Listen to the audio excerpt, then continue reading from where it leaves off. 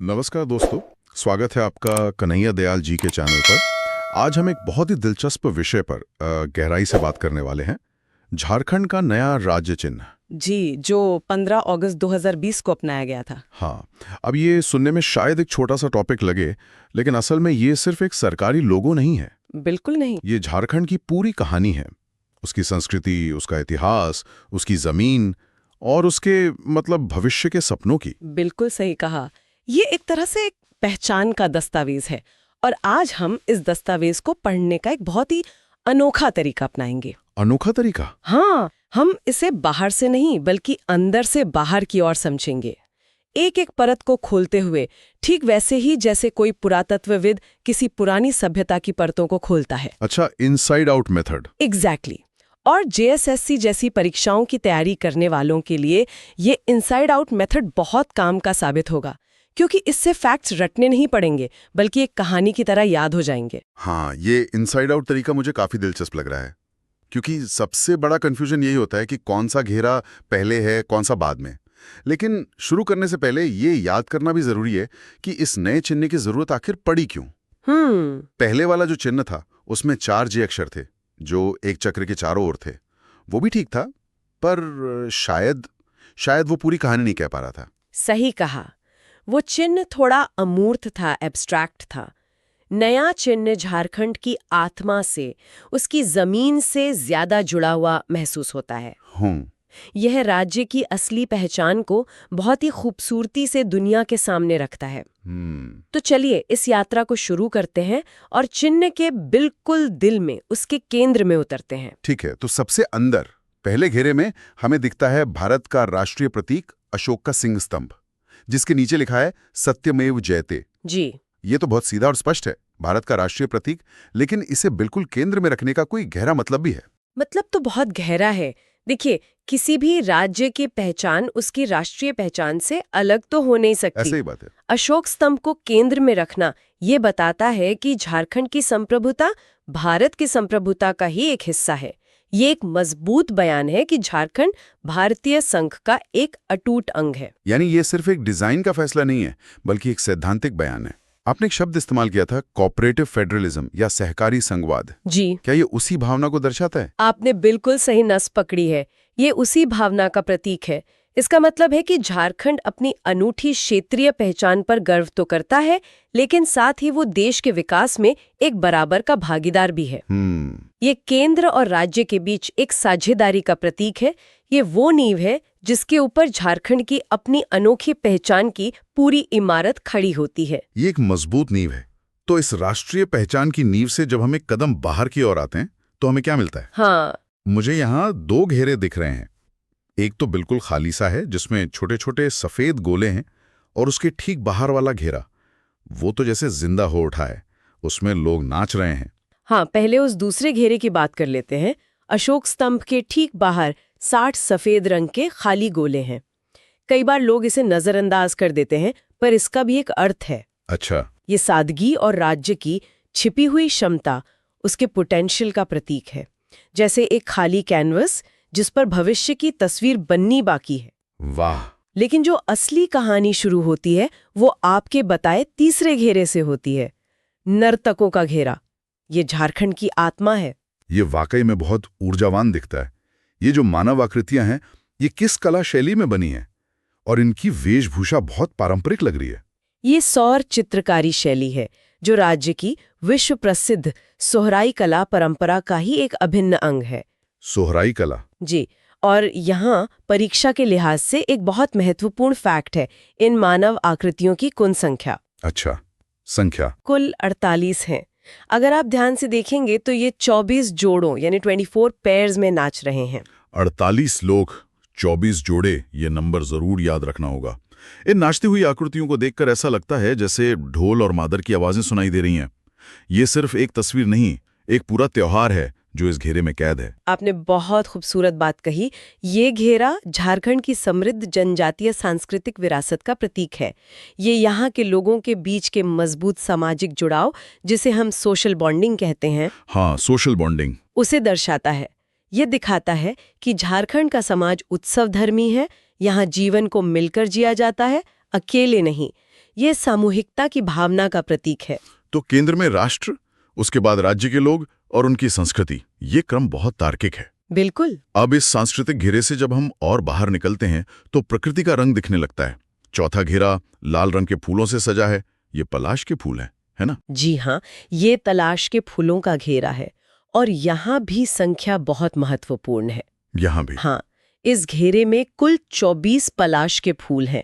पलाश, जिसका वैज्ञानिक नाम ब्यूटिया मोनोस्पर्मा है, झारखंड का राजकीय पुष्प है। इसे जंगल की ज्वाला या फ्लेम ऑफ द फॉरेस्ट भी कहते हैं। जब ये जंगलों में खिलता है तो ऐसा लगता है जैसे पेड़ों पर आग लग गई हो। जंगल की ज्वाला, नाम में ही एक अलग तेवर है। इसका सुर्ख लाल रंग सिर्फ सुंदरता का प्रतीक तो नहीं हो सकता। नहीं, मुझे लगता है इसके पीछे भी कोई गहरा अर्थ छिपा है। आमतौर पर राजकीय फूल शांति या पवित्रता के प्रतीक होते हैं, लेकिन ये रंग तो क्रांति का रंग लगता है। आप बिल्कुल सही दिशा में सोच रहे हैं। ये सिर्फ प्राकृतिक सौंदर्य का प्रतीक नहीं है, इसका अर्थ उससे कहीं ज्यादा गहरा है। अच्छा। एक तरफ ये राज्य की अद्वितीय प्राकृतिक सुंदरता और वनस्पति को दिखाता है, तो दूसरी तरफ इसका लाल रंग झारखंड के लोगों के खून और पसीने से लिखे गए संघर्ष के इतिहास का प्रतीक है। संघर्ष का इतिहास? जी, ये उस क्रांति की भावना को दर्शाता है जो इस जमीन की पहचान रही है। ये बहुत दिलचस्प है। मतलब ये फूल सौंदर्य और संघर्ष दोनों को एक साथ समेटे हुए हैं। ये झारखंड को दूसरे राज्यों से अलग कैसे करता है? ये इसे बहुत अलग करता है। आप सोचिए, बिरसा मुंडा के उलगुलान से लेकर शिबू सोरेन के आंदोलन तक और उससे भी पहले के अनगिनत आदिवासी विद्रोह, संघर्ष हमेशा से यहाँ की पहचान का हिस्सा रहा है। तो ये फूल उस आग का प्रतीक है जो न्याय के लिए यहाँ के लोगों के दिलों में हमेशा जलती रही है। वाह! साथ ही पलाश का खिलना वसंत के आने का संकेत है, जो समृद्धि और नई शुरुआत का भी प्रतीक है। तो ये संघर्ष से जन्मी समृद्धि की उम्मीद भी है। वाह! एक फूल में कितनी कहानियां छिपी हैं। अब हम 5वें घेरे की ओर बढ़ते हैं, जो आकृतियों वाला सबसे बाहरी घेरा है। यहाँ हमें राज्य का राजकीय पशु हाथी दिखाई दे रहा है। जी। और ये सफेद रंग का है? जी, इस 5वें घेरे में कुल 24 हाथी हैं। हाथी, जिसका वैज्ञानिक नाम एलिफस मैक्सिमस इंडिकस है, झारखंड का राजकीय पशु है। आपकी जानकारी के लिए बता दूं कि झारखंड कर्नाटक और केरल के बाद तीसरा ऐसा राज्य है जिसका राजकीय पशु हाथी है। अच्छा, तीसरा राज्य। जी, और जैसा आपने कहा, इन्हें सफेद रंग में दिखाया गया है, जो शांति और पवित्रता के साथ साथ राज्य की खनिज संपदा का भी प्रतीक माना जा सकता है। और इनकी संख्या भी 24 है, पलाश के फूलों की तरह। मुझे लगता है ये कोई संयोग नहीं है। बिल्कुल नहीं। जाहिर है इसका कनेक्शन राज्य के 24 जिलों से ही होगा। आपका अनुमान बिल्कुल सही है, लेकिन यह सिर्फ एक गिनती नहीं है, यह एक पॉलिटिकल और एडमिनिस्ट्रेटिव स्टेटमेंट भी है। अच्छा। 24 फूल, 24 हाथी और नर्तकों के 24 जोड़े, यह संख्या राज्य के 24 जिलों का प्रतिनिधित्व करती है। यह कहने का एक तरीका है कि राज्य की शक्ति, समृद्धि, प्राकृतिक सौंदर्य और सांस्कृतिक विरासत वो किसी एक केंद्र में नहीं, हाँ, बल्कि सभी 24 जिलों में बराबर बटी हुई हैं। यह एकता और समान विकास का एक शक्तिशाली संदेश है। तो हाथी यहाँ सिर्फ शक्ति का नहीं बल्कि साझा समृद्धि का प्रतीक है। बिल्कुल, हाथी राज्य के ऐश्वर्य, उसके प्रचुर प्राकृतिक संसाधनों, उसकी ताकत और सामूहिक ज्ञान, जिसे कलेक्टिव विजडम कहते हैं, उसका प्रतीक है। यह भविष्य की ओर एक मजबूत और दृढ़ संकल्प के साथ आगे बढ़ने की भावना को दर्शाता है। ये दिखाता है कि राज्य के पास आगे बढ़ने के लिए अपार क्षमता और संसाधन है। तो अब हमने सभी मुख्य आकृतियों वाले घेरों को समझ लिया है, पर अगर हम पूरे डिजाइन को एक साथ देखें तो दो चीजें सबसे ज्यादा उभर कर आती हैं, इसका गोलाकार आकार और उसमें इस्तेमाल हुआ हरा रंग। और ये दोनों ही बहुत महत्वपूर्ण हैं। इसका गोलाकार होना प्रगति के पहिए का प्रतीक है। प्रगति का पहिया? जी, यह दिखाता है कि राज्य निरंतर विकास के पथ पर अग्रसर है। ये रुकावा नहीं है, बल्कि हमेशा गतिमान है। ये एक डायनामिक स्टेट की निशानी है। और हरा रंग, वो तो जैसे झारखंड का दूसरा नाम ही है। जब भी हम झारखंड के बारे में सोचते हैं तो हरे भरे जंगल और पहाड़ियां आंखों के सामने आते हैं। सही कहा आपने। हरे रंग का प्रमुखता से इस्तेमाल झारखंड की हरी भरी धरती, उसकी विशाल वन संपदा और उससे जुड़ी खुशहाली को दर्शाता है। ये राज्य की आत्मा का रंग है। ये प्रकृति के साथ यहाँ के लोगों के गहरे रिश्ते को भी दिखाता है। हमने मुख्य घेरों की बात तो कर ली, पर क्या आप एक बार हमारे श्रोताओं के लिए सभी 7 घेरों को क्रम में बता सकती हैं, ताकि कोई कंफ्यूजन न रहे? जरूर, चलिए अपनी इनसाइड आउट यात्रा को फिर से दोहराते हैं। घेरा 1, केंद्र में अशोक स्तंभ। ठीक है। घेरा 2, 60 सफेद खाली गोले। हाँ। घेरा 3, 48 नर्तकों यानी 24 जोड़े की सौर चित्रकारी। ठीक। घेरा 4, 24 पलाश के फूल। फिर घेरा 5, 24 सफेद हाथी। अब आते हैं छठे घेरे पर। छठे घेरे में क्या है? छठा घेरा प्रशासनिक पहचान का है। यह राज्य की आधिकारिक मुहर को पूरा करता है। इसमें हिंदी में झारखंड सरकार और अंग्रेजी में गवर्नमेंट ऑफ झारखंड लिखा हुआ है। अच्छा। और 7वां यानी सबसे बाहरी घेरा उसे खाली छोड़ा गया है, जो एक तरह से डिजाइन को पूरा करता है और उसे एक सीमा देता है। कमाल है। तो जब हम इन सभी परतों को एक साथ मिलाते हैं तो ये सिर्फ एक चिन्ह नहीं रहता, ये एक पूरा दर्शन बन जाता है। बिल्कुल। एक ऐसी कहानी जो राष्ट्र से शुरू होकर राज्य के लोगों, उनकी संस्कृति, प्रकृति, संघर्ष, शक्ति और समृद्धि से होते हुए आगे बढ़ती है। बिल्कुल।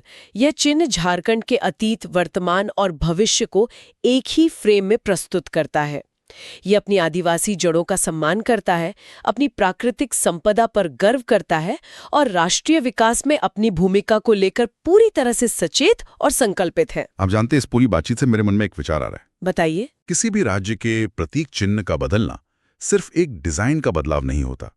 यह इस बात का संकेत होता है कि वो राज्य अब खुद को कैसे देखता है और दुनिया को अपनी कौन सी पहचान दिखाना चाहता है। ये एक बहुत ही महत्वपूर्ण बिंदु है। आप पुराने 4J वाले चिन्ह को याद कीजिए, जो थोड़ा अमूर्त और शायद कुछ हद तक कॉर्पोरेट जैसा लगता था। हाँ, सही कहा। उस चिन्ह से लेकर इस सांस्कृतिक रूप से इतने समृद्ध और जमीन से जुड़े नए चिन्ह तक का सफर, ये सफर झारखंड की अपनी जड़ों की ओर लौटने की कहानी कहता है। अपनी जड़ों की ओर लौटना। जी। यह अपनी अनूठी आदिवासी और प्राकृतिक पहचान पर गर्व करने की कहानी है। यह सिर्फ एक प्रतीक नहीं, बल्कि एक आत्म पहचान का घोषणा पत्र है। एक आत्म पहचान का घोषणा पत्र, क्या खूब कहा आपने। ये दिखाता है कि राज्य अब अपनी पहचान को लेकर कितना आश्वस्त है। तो दोस्तों, ये थी झारखंड के राज्य चिन्ह की अंदर से बाहर तक की पूरी कहानी। उम्मीद है कि हमारा ये इनसाइड आउट तरीका आपको पसंद आया होगा। और ये सिर्फ JSSC की परीक्षा के लिए नहीं, बल्कि झारखंड को एक नागरिक के तौर पर समझने के लिए भी बहुत जरूरी है। जब आप इस चिन्ह को अगली बार देखें तो सिर्फ एक लोगो की तरह नहीं, बल्कि एक जीती जागती कहानी की तरह देखें। अगर ये तरीका पसंद आया तो वीडियो को लाइक करें और चैनल को सब्सक्राइब जरूर करें। धन्यवाद।